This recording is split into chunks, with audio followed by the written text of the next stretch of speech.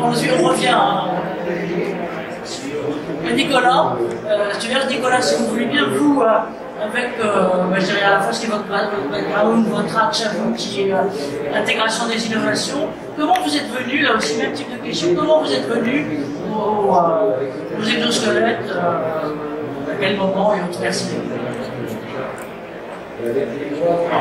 Deuxième question, sur le menton, comme ça vous permet, en dessous, ça vous permet de donner, et en articule, je suis désolé. Hein. Bonjour à tous, donc je me présente, Nicolas Supaz. Je suis responsable d'un programme d'innovation prioritaire.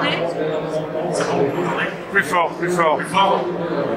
Je suis responsable d'un programme d'innovation prioritaire à l'URATP.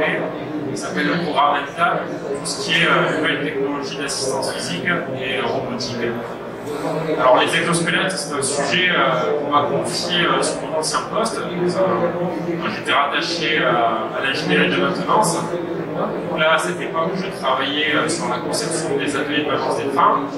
Et mon responsable est venu me voir, c'était un directeur industriel qui connaît ça. Et il m'a dit intègre les exosquelettes sur les sites de production. Voilà, donc on est parti d'une feuille blanche. On ne connaissait pas du tout ce type de technologie, donc il a fallu apprendre. Il a fallu monter en compétences dans le domaine.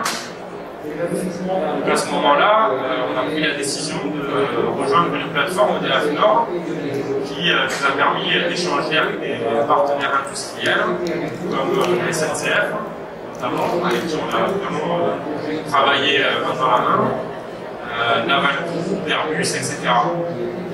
Ces échanges au sein de cette plateforme ont été très enrichissants, dans le sens qu'on a pu apprendre vraiment des réussites et des échecs des différents groupes industriels.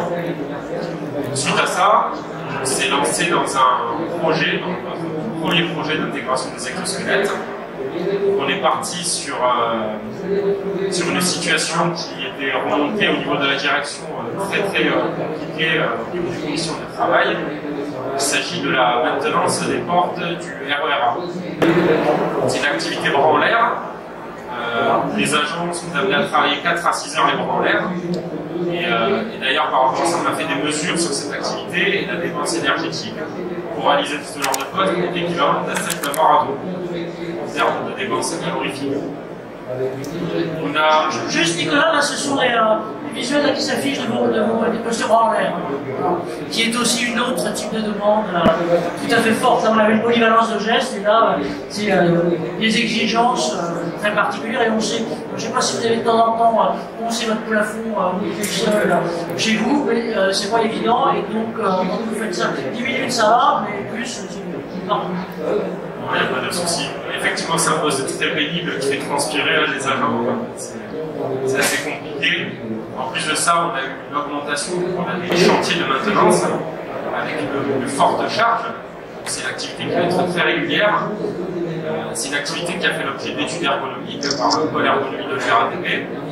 Donc, malgré les mesures correctives qui ont été mises en place, mesures plutôt collectives, privilégier les mesures collectives dans un premier temps, on n'a pas trouvé de réponse satisfaisante pour traiter cette problématique bras en l'air.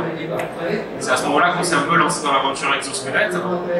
On a testé un premier type de modèle d'exosquelette bras en l'air. Et cet exosquelette, en fait, on l'intègre tout doucement dans les sites de production. C'est pas facile, ça prend du temps. On essaie de bien contrôler son intégration. Et pour ça, en fait, on réalise 2 types de mesures. On va réaliser des mesures biomécaniques, avec tout ce qui est capteur EMG, centrale inertielle, pour avoir des indicateurs, notamment pour les médecins du travail, avec qui on travaille en partenariat. Et en parallèle, des questionnaires de satisfaction pour tout ce qui est acceptabilité. Est-ce que le dispositif est facile à enlever? Est-ce qu'il est facilement réglable? Pour comprendre un peu les mécanismes d'intégration de ce type de dispositif. Ce que Nicolas souligne là et qui est tout à fait important, c'est qu'à la fois il faut préparer par des études préalables, mais en même temps suivre et suivre de très près.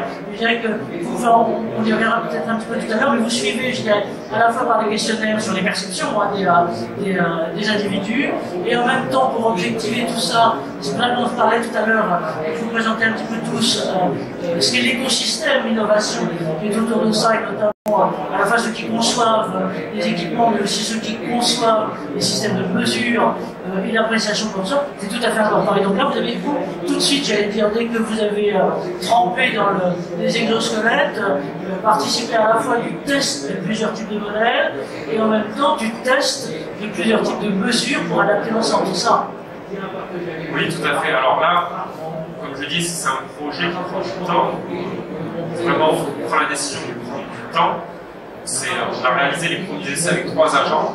Pour pas trop monopoliser les ressources de notre atelier de maintenance, parce que ça prend du temps. Pour avoir une première tendance, donc on a réalisé les mesures avec 3 opérateurs.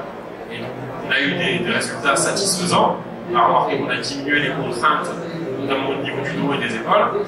On va creuser plus loin. Et là, aujourd'hui, on réalise des essais avec 15 opérateurs. C'est un projet qui est en cours. Et l'idée, en fait, c'est de passer d'une innovation en fait, à un produit industrialisé. À terme, ce qu'on aimerait, si ça fonctionne, si on a tous les indicateurs ouverts, c'est d'intégrer ce dispositif dans la vie courante des ateliers de maintenance, de le déployer, qui sont en libre service pour les agents qui souhaitent l'utiliser lorsqu'ils réalisent cette tâche de maintenance. Merci pour ça, et donc on voit bien l'importance de la progressivité et du fait qu'il ne faut pas louper une étape.